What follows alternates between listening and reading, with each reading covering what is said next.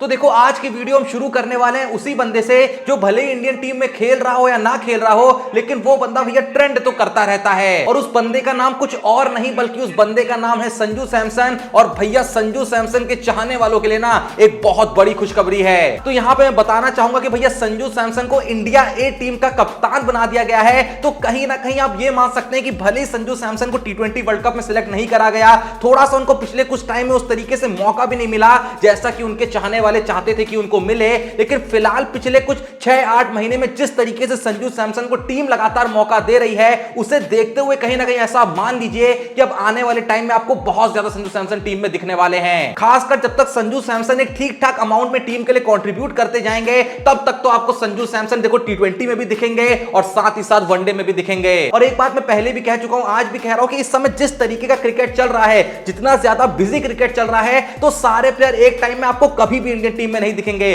और खासकर जो मेन प्लेयर हैं, विराट कोहली हो गए, रोहित शर्मा हो गए, जडेजा हो गए, कहीं ना कहीं थोड़ी सी इनकी एज बढ़ भी रही है, तो ये सारे प्लेयर कहीं ना कहीं बीच में रेस्ट लेते ही रहते हैं। और तब आपको शुभमन गिल हो गए, संजू सैमसन हो गए, ये सब टीम में दिखेंगे ही दिखेंगे। तो जो लोग भैया थोड़े से गुस्से में रहते हैं या फिर कहीं दुखी रहते हैं कि संजू सैमसन को मौका क्यों नहीं मिलता है, संजू सैमसन को क्यों नहीं खिलाते हैं, तो भैया धीरज रखिए, आने वाले 4-5 साल तक आपको संजू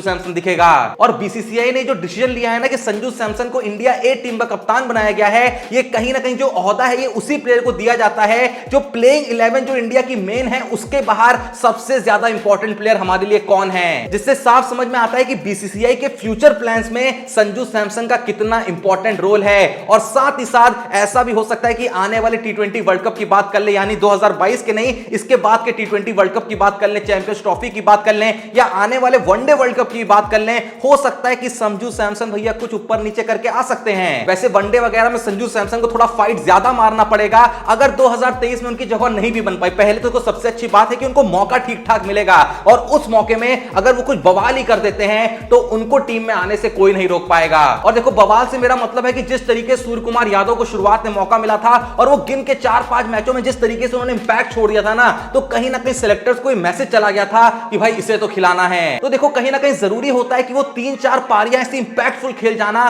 कि लोग आपका नाम भुला ही ना पाए। और संजू सैमसन के पास तो ऑलरेडी एक फायदा है कि उनका नाम तो वैसे ही लोग नहीं भुला पाते हैं, तो अगर वो डिसेंट पारियां भी खेलते जाते हैं तो भैया वो आपको बहुत लंबे दिखने वाले हैं। बाकी एक अच्छी बात तो ये है कि 2022 में T20 में खासकर उनकी जो परफॉर्मेंस रही है वो बहुत ही अच्छी रही है, वनडे में भी अच्छी खासी रही है। तो 2022 साल तो उनके लिए अच्छा गया कंपेयर टू जिस उनके पिछले साल जाते थे जब वो इंडियन टीम के लिए खेलते थे, थोड़े से फीके चले आते थे। लेकिन 2022 में उनको जो मौके मिले हैं उन्होंने बहुत ही अच्छे से भुनाया है उनको। वैसे आज आप लोगों से बहुत ही मैं कठिन सवाल पूछने वाला हूं कि आपको क्या लगता है कि क्या आने वाले टाइम में ऐसा भी हो सकता है कि संजू सैमसन भी हमें इंडियन टीम के कप्तान बनते हुए दिख जाएं? अगर ऐसा आपको लगता है तो कमेंट में जरूर बताइएगा। बाकी थोड़ा सा आगे बढ़े तो कल क्रिकेट फील्ड से बहुत ही दुखी करने वाली खबर भी आई है कि जो वेंकटेश अय्यर है, जो असल में दिलीप ट्रॉफी पे खेल रहे थे, उनको खेलते वक्त एक बहुत ही तेज बॉल सर पे जाके लगी, वो पूरे तरीके से बीच मैदान में गिर गए, यहां तक कि एम्बुलेंस को बीच मैदान में आना पड़ा और वेंकटेश अय्यर को ले जाना पड़ा। बाकी एक अच्छी बात यह है कि कोई बहुत ज्यादा सीरियस चीज नहीं है, लेकिन स्टिल हम भैया प्रार्थना करते हैं कि वेंकटेश अय्यर जल्द से जल्द रिकवर हो जाएं, क्योंकि वेंकटेश अय्यर भी थोड़े इस तरीके के प्लेयर हैं कि भाई आने वाले टाइम में काफी काम आ सकता है उनका। बाकी इससे भी थोड़ा सा आगे बढ़े तो भैया बहुत ही तगड़ी खुशखबरी है कि जसप्रीत बुमराह पूरे तरीके से फिट हो चुके हैं। मस्त बंदा एक्सरसाइज कर रहा है। कल अगर तुमने बुमराह की क्या कहते हैं इंस्टाग्राम पे पोस्ट नहीं देखी है, जो उन्होंने रील डाली है, बंदा मस्त जिम कर रहा है भैया, पसीना बहा रहा है। और सबसे बड़ी बात है कि वो नेट्स पे एकदम फास्ट बॉलिंग कराते हुए दिखे हैं। तो देखो असल में जो ये बुमराह की रील है ना, ये सारी ही दुनिया के सारे ही देशों को एक चेतावनी है कि जो लोग कह रहे थे कि भैया इंडिया की बॉलिंग में दमखम नहीं है, इंडिया के बॉलर तो ऐसे ही हैं, अब देखो बुमराह आने वाला है, तब तुम कहोगे भैया क्या है ये इंडिया की बॉलिंग। क्योंकि देखो कोई माने या ना माने, लेकिन बुमराह का टीम में होना ना बॉलिंग में खासकर एक अलग ही इंपैक्ट क्रिएट कर देता है। और अगर बुमराह नहीं होते तो आप कोई भी मैच देख रहे हो, कोई भी सिचुएशन चल रही हो, कहीं ना कहीं आपके माइंड में आने लगता है कि काश यहां पे बुमराह होता तो शायद जो सीन है वो अलग ही हो सकता था। बस उम्मीद यही करते हैं कि इस बार बुमराह जब भाई T20 वर्ल्ड कप में आए तो एकदम फाड़ फूड़ के सब एक कर दें। बाकी कल के दिन भैया एक और बहुत ही बड़ी चीज सामने आई है कि इंडियन टीम की नई जर्सी लॉन्च हो रही है। तो देखो आपको ना पता हो तो मैं बता दूं कि जैसे जैसे वर्ल्ड कप करीब आने लगता है ना, तो इंडिया अपनी जर्सीज की जो टेस्टिंग होती है वो शुरू कर देती है कि क्या पता भैया ये जर्सी अच्छी निकले, क्या पता ये कहीं ना कहीं जर्सी चल जाए। पर इस बार जो जर्सी इंडिया निकालने वाली है, जो कहीं ना कहीं हिंट मिल चुकी है, एमपीएल वालों ने जो जर्सी डाल दी है, थोड़ा बहुत झलक जिसकी दिखा दी है, वो जर्सी असल में एक विंटेज जर्सी है है जो कहीं ना कहीं हमें झलक दे रही है 2007 वर्ल्ड कप की भी और कहीं ना कहीं झलक दे रही है 2011 वर्ल्ड कप की भी। क्योंकि देखो इस समय इंडिया की जो करंट जर्सी है वो बहुत ज्यादा डार्क कलर में है, लेकिन अब जो जर्सी लॉन्च होने वाली है 99% श्योर है उसका कलर थोड़ा सा फीका होगा, वो लाइट ब्लू जर्सी होगी। और देखो मैं बताऊं, अगर मुझसे तुम पूछोगे ना कि इंडिया की सबसे बेस्ट जर्सी तुम्हें कौन सी लगती है, तो 2011 की जर्सी मुझे बहुत सेक्सी लगती थी। और साथ ही साथ जो 2003 वर्ल्ड कप के में जो जर्सी थी ना भाई, जिसमें भैया वो खेला गया था, नेट पे सीरीज खेली गई थी इंडिया और इंग्लैंड की, वही 2003 वर्ल्ड कप में भी चली थी और वो जर्सी मुझे इतनी प्यारी लगती थी ना उस समय, कसम से मजा आ जाता था। वैसे ये चीज भी कमाल की है। तो जो भी ये वीडियो देख रहा है आप लोग मुझे बताएं आपके हिसाब से कौन सी जर्सी आपको आज तक पूरा स्टार्टिंग से लेके एंड तक कौन सी जर्सी आपको इंडिया की सबसे बेहतरीन लगती थी,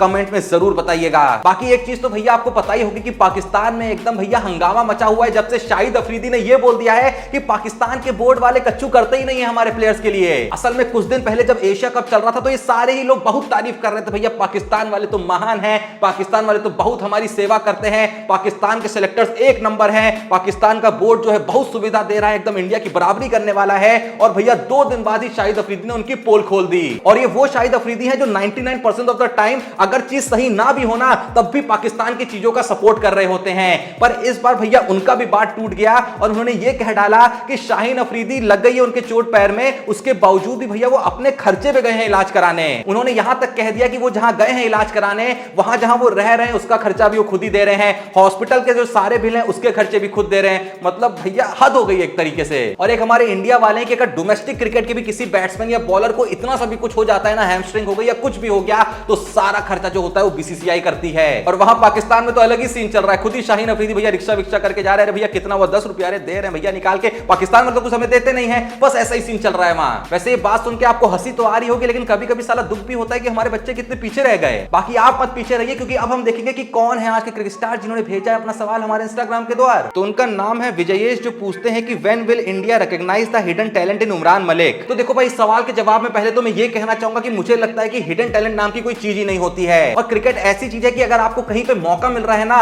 तो आप ये नहीं एक्सपेक्ट करोगे कि वो लोग मेरा हिडन टैलेंट बाहर निकालें, आपको अपना टैलेंट खुद बाहर निकालना होगा और वहां पे दिखाना होगा। तो भैया जो टैलेंट होता है वो सामने दिखता है, आपको सामने दिखाना पड़ता है, हिडन नाम का कुछ होती ही नहीं है चीज इसमें। और जहां तक बात रही उमरान मलिक की, देखो उमरान मलिक को ठीक ठाक अपॉर्चुनिटी मिली थी, खासकर इंडियन टीम में कुछ लोगों को तो बहुत ही कम अपॉर्चुनिटी मिलती है, उस हिसाब से उमरान मलिक को एक डिसेंट अपॉर्चुनिटी मिली थी, लेकिन जो उनका हाल रहा था वहां पे वो बहुत ही ज्यादा बिलो एवरेज रहा था। अब लेकिन ऐसा हो सकता है कि बहुत लोग सोचेंगे कि भाई विकेट नहीं मिले या रन पिट गए, सिर्फ उससे इतने जल्दी जज नहीं करना चाहिए। मैं भी जज उस चीज से नहीं कर रहा हूं, लेकिन बॉल देख के एक लगता है ना कि भाई क्या बॉलिंग करा रहा है, चलो विकेट नहीं मिले लेकिन बॉल बहुत डिफिकल्ट जा रही, खेलना मुश्किल हो रहा है, वो बिल्कुल भी ऐसा लग ही नहीं रहा था। ना किसी को उमरान मलिक की वहां पे स्पीड से फर्क पड़ रहा था, ना उमरान मलिक की बॉल बहुत स्विंग खा रही थी, ना कुछ बहुत ऐसे साए साए उनकी बॉल निकल रही थी, ना ही बहुत ज्यादा विकेट टेकिंग कैपेबिलिटी लग रही थी। उस कंपैरिजन में भुवनेश्वर कुमार हो गए जो 130-32 डालते हैं, कोई और बॉलर हो गया उनकी बॉलिंग ज्यादा इंपैक्टफुल लग रही थी, क्योंकि जितना भी मौका उमरान मलिक को मिला ना उन्होंने शुरुआत के ओवर में कोई इंपैक्ट दिखाया, ना मिडल ओवर्स में कोई इंपैक्ट दिखाया,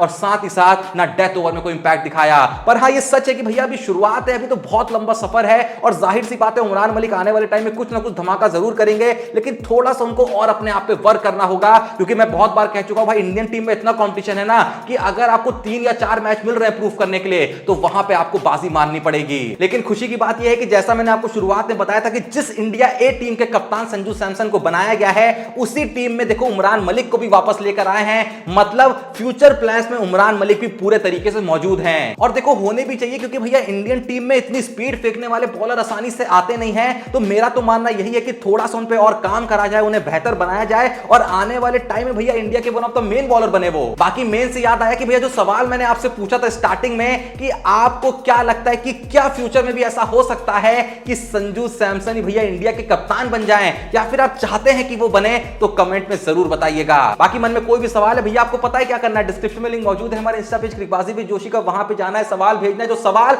हम आने वाली वीडियो में आपके नाम को शॉर्ट आउट से फीचर करेंगे भाई। एंड अगर अभी तक आपने चैनल को सब्सक्राइब नहीं करा तो प्लीज जो भी ये वीडियो देख रहा है चैनल को सब्सक्राइब करें। बाकी मिलते हैं नेक्स्ट वीडियो में, तब तक के लिए जय हिंद, धन्यवाद।